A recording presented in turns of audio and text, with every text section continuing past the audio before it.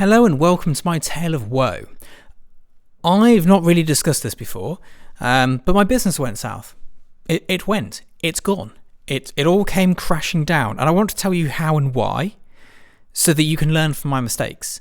Now, this is not something I've particularly shared before. I've alluded to it, but I've not gone into full detail. So let's go into all the nasty, gritty details, what went wrong, why it went wrong, and how I lost it all.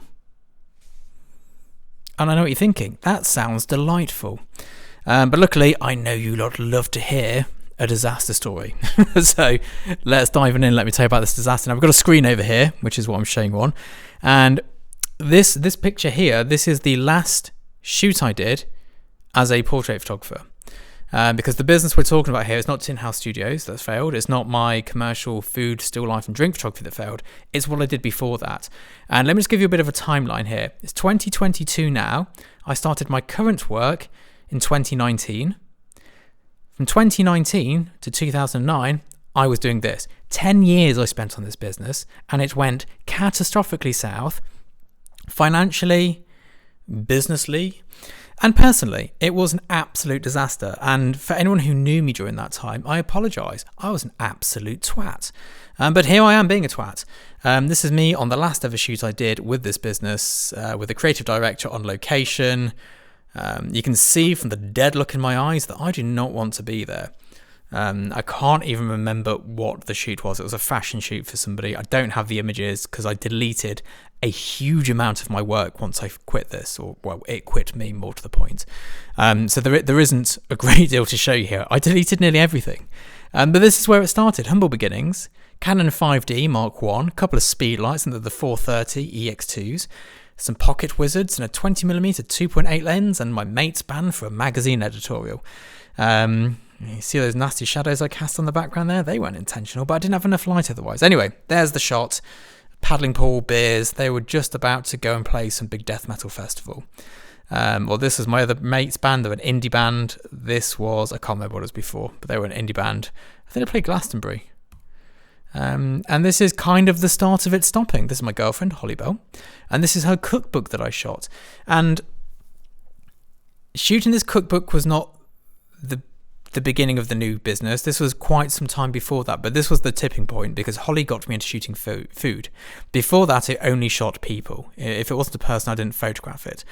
And before this day here, that's all I was doing. Now, we weren't partners at the time. I hadn't even met her at this point here. I was in the pub drinking when I got a phone call saying, "Can you come do a portrait for a book cover?" And I said, "Yeah, go on then." So me and my mate Paul moseyed on down, did the portrait.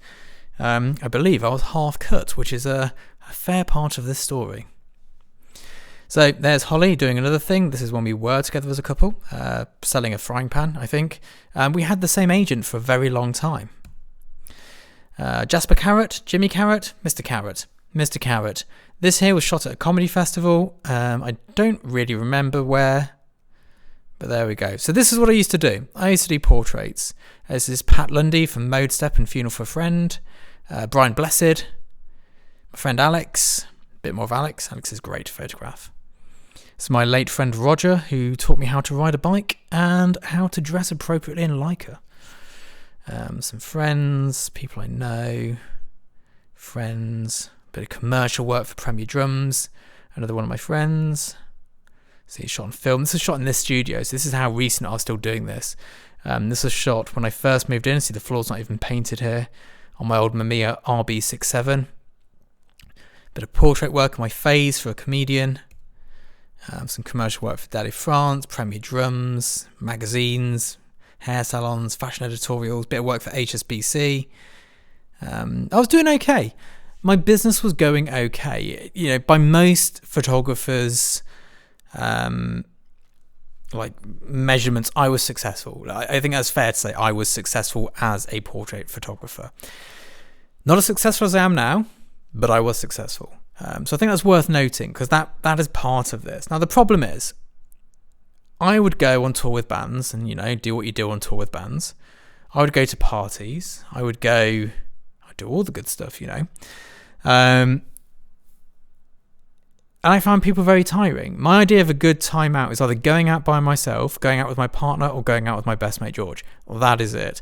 I don't like going out in big groups because I can't tolerate small talk, and just listening to drunken ramblings is just not for me. But that is what this lifestyle is. And this should have been a major red flag going, this is probably not for you because you don't like doing that sort of stuff. That is not for you.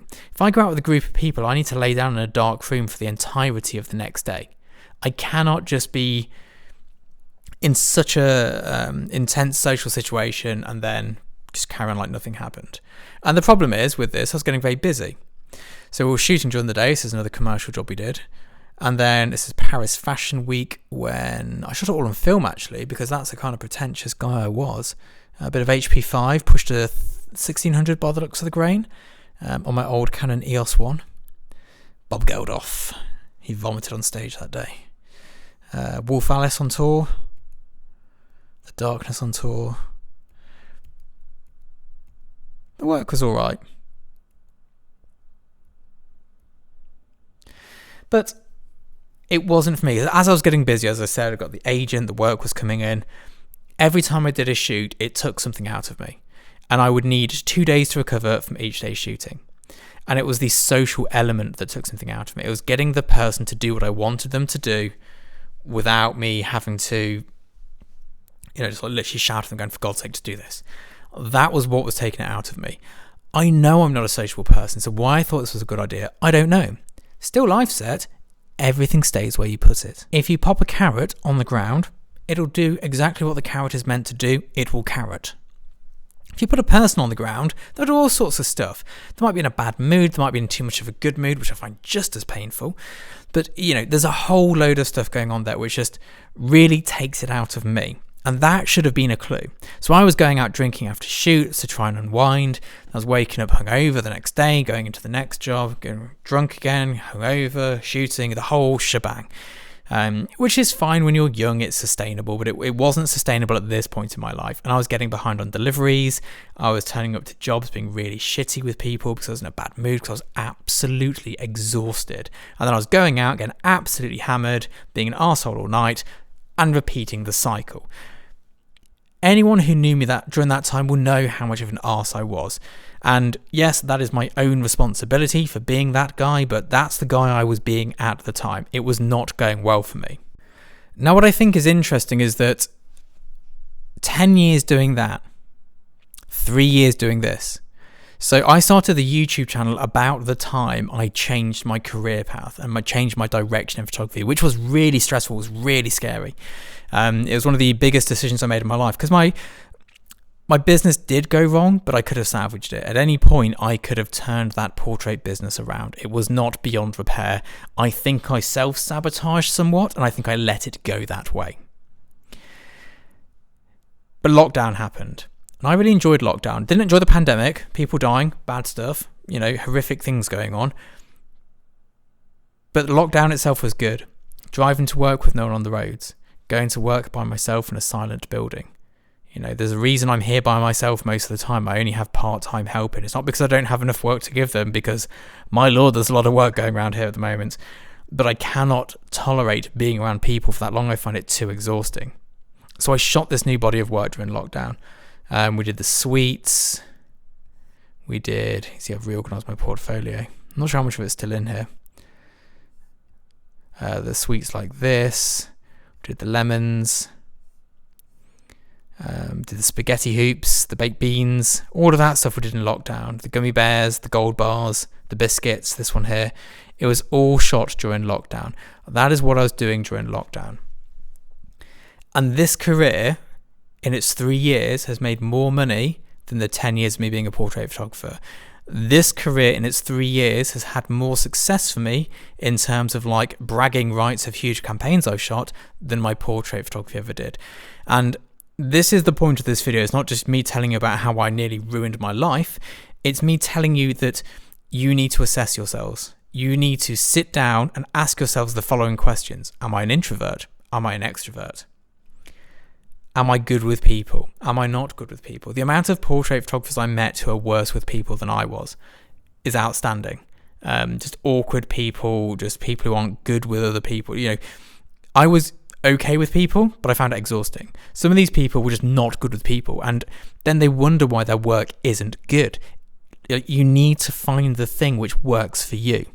I love portraits. I love looking at portraits. I love the idea of taking portraits, but I am not a portrait photographer. Fundamentally, deep down inside, I cannot take portraits. But still life, that's something different. I've got control. I've got full creativity. With a portrait, it's a collaboration between you and the sitter. With a still life image, it's just you. You curate the whole scene. Like this whole scene, this is all me. This here, the onion rings and the deep fat fryer, that's all me. This guy here, Jimmy, with his googly eyes on, that's me. You might not like it. I don't care, but that's me. That's what I like. Look at this guy. I think his name might be Archibald.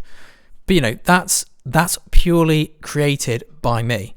And the work I managed to shoot in the same... If I'd have started this, if I'd have realised this in 2009, imagine where my career would be today. And that's what I want you to avoid. I don't want you to get to the point where you go, do you know what? If I'd have just done this 10 years ago, I'd be here. Have a real good think about the sort of person you are. Have a real good think about what you like and what you dislike.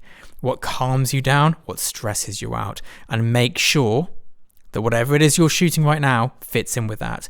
Don't get caught up in the sunken cost fallacy. People do it in marriages. They get 25 years in, then don't get divorced because, well, I've been doing it for 25 years. Just carry on. You do your degree, you start your career, at your degree point, you go, I'm not sure about this. During your career, you're like, this is not really what I want to do, but I've already done a degree in it, spent 30 grand on it. I've already done 5 years in the company. I might as well continue. That is the sunken cost fallacy.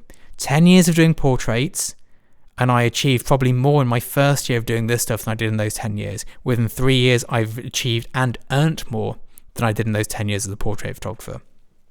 And I don't think I was particularly bad at portraits. I'm nowhere near as good at portraits as I am at this sort of stuff, but it's not like I was awful, I was competent, I was capable, I had an agent, I could have done an okay job, but I didn't have that little something which meant my work was really at the pinnacle or the peak of what I was trying to achieve. It wasn't perfect or nearer to perfect, it was competent and good enough.